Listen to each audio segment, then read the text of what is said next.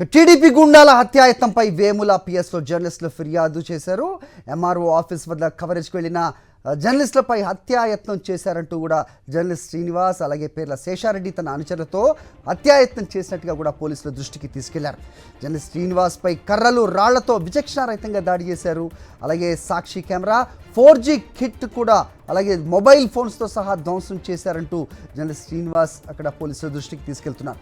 Right, చంపేందుకే ప్రయత్నం చేశారు అన్నట్టుగా ఈ దాడి జరిగిందంటూ కెమెరా స్టాండ్ అవ్వచ్చు, అలాగే కెమెరాలు 4G కిట్ అలాగే సెల్ ఫోన్లను సైతం రాళ్లు కర్రలతో బద్దలు కొట్టిన పరిస్థితిని జర్నలిస్ట్ శ్రీనివాస్ పోలీసుల దృష్టికి తీసుకెళ్తూ ఉన్నారు.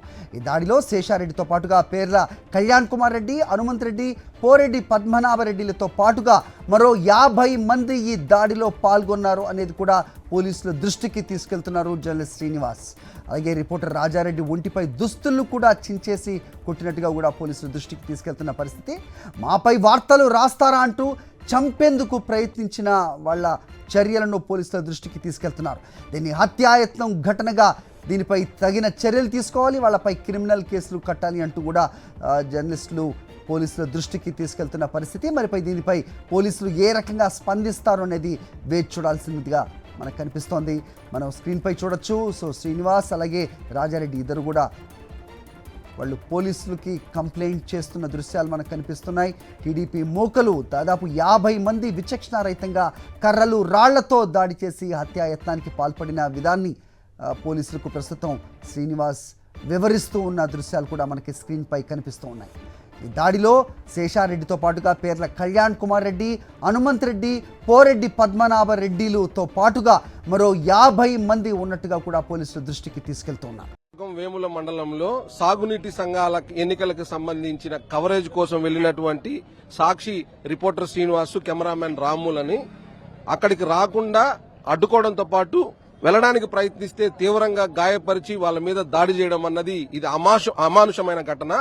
తరచుగా చూస్తున్నాం. ముచ్చుమర్రిలో బాలిక అదృశ్యం ఈ రోజుటి వరకు కూడా ఆమె ఎక్కడుందో తెలియదు. అదేవిధంగా తిరుపతి జిల్లాలో ఎల్లమంద గ్రామంలో ఒక మహిళ మీద జరిగినటువంటి ఇష్యూస్ కానీ, అదేవిధంగా వడమాలపేట మండలం గాని రాష్ట్ర వ్యాప్తంగా మొత్తం వందల సంఖ్యలో చిన్నారుల పైన, మహిళల పైన దారుణమైన దాడులు జరుగుతున్నాయి. అదేవిధంగా సాక్షి మీడియాను కూడా లెక్క చేయకోకుండా వాళ్ళు నిజాన్ని ఎక్కడ చూపిస్తే ప్రజలకి నిజం తెలుస్తుందో అని ఆ నిజాన్ని అనగదొక్కడం కోసం మీడియా పైన మీద ఈ రోజు ఉక్కుపాదంతో తొక్కే ప్రయత్నం చేస్తున్నారు. ఈ చర్యలన్నింటినీ గమనిస్తూ ఉంటే 6 నెలలు కాకముందే ఈ యొక్క కూటమి ప్రభుత్వానికి ఎంత వణుకు పుట్టిందో, వాళ్ళు చేసే తప్పుల పట్ల ప్రజలు ఏ విధంగా తిరుగుబాటు మొదలైంది, ఆ మొదలైన తిరుగుబాటుని కనపడనీయకుండా చేయడం కోసం వాళ్ళు ఏ రకంగా ప్రయత్నిస్తారన్న విషయం మాత్రమే అర్థమవుతోంది. కూటమి ప్రభుత్వం ఎప్పుడైతే ఏర్పాటైందో అప్పటి నుంచి కూడా ప్రజల వైపు నిలబడి, ప్రజల పక్షాన నిలబడి ప్రభుత్వం ఏవైతే గతంలో చెప్పినటువంటి హామీలన్నీ నెరవేర్చకుండా వాటి మోసాలను బయటికి ప్రజలకు తీసుకెళ్లి వెళ్తుంటే, ఈ రోజు వేముల మండలంలో సహకార ఎన్నికలు జరుగుతుంటే అక్కడ జరుగుతున్నటువంటి అవినీతిపై ప్రశ్నించడానికి వెళ్లినటువంటి సాక్షి శ్రీనివాసు, అదేవిధంగా కెమెరామెన్ రాముపై దాడి జరిగినటువంటి దాడిని ఇవాళ పూర్తి స్థాయిలో ఖండిస్తున్నాం. ఇటువంటి చర్యలు జరగకుండా ప్రజాబద్దంగా జరిగేటువంటి ఎన్నికల్లో కూడా మీరు ఇప్పటికైనా కూడా నిష్పక్షపాతంగా ఎన్నికలు నిర్వహించి ప్రజలు ఏదైతే తీర్పిస్తారో వాటిని సరసావించాలని చెప్పేసి కూడా ప్రభుత్వాన్ని హెచ్చరిస్తున్నాం. అయితే ఇప్పటి వరకు కూడా సోషల్ మీడియాలో పూర్తి స్థాయిలో యాక్టివ్గా ఉన్నటువంటి వ్యక్తుల్ని, అదేవిధంగా మీడియా వ్యక్తుల్ని అణగదొక్కేటువంటి ధోరణి ఇప్పటికైనా కూడా ప్రభుత్వము విస్మరించాలా. రాష్ట్రం కూటమి పాలన అధికారంలోకి వచ్చిన తర్వాత ఎంపీలు కాదు కదా, మాజీ ముఖ్యమంత్రిగా రక్షణ లేకుండా పోతుంది ఈ ప్రభుత్వంలో. ఇంకా మీడియా సోదరులకు ఏం రక్షణ ఉంటుంది? ఈ రోజు అంతా పబ్లిక్ గా జనం చూస్తుండగానే సాక్షి వాళ్ళపై దాడి చేశారంటే నిజంగా ఈ రాష్ట్రంలో పరిపాలన ఏ విధంగా జరుగుతా ఉంది? ఇది నారావారి పరిపాలన లేదా ప్రజా పరిపాలన మాకే అర్థం కావడం లేదు. రాబోయే రోజుల్లో ఖచ్చితంగా ప్రజలు ఇవన్నీ గమనిస్తున్నారు. ఖచ్చితంగా మీకు బుద్ధి చెప్పే రోజులు మన దగ్గరలో ఉన్నాయి.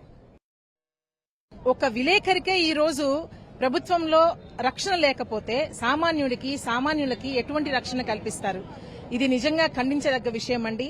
విలేకరులనే కాదు, వాళ్ళకి వ్యతిరేకంగానో ప్రభుత్వం చేస్తున్న వైఫల్యాలకు గాను సోషల్ మీడియా అని ఇంకొక నేపథ్యాల్లో మనం ఏదైనా పోస్టు పెట్టినా కూడా వాళ్లపైన కేసులు పెట్టడము, అరెస్టులు చేయించడము, ఇలా అన్యాయంగా అందరిపైన చర్యలు తీసుకుంటూ ఉన్నారు.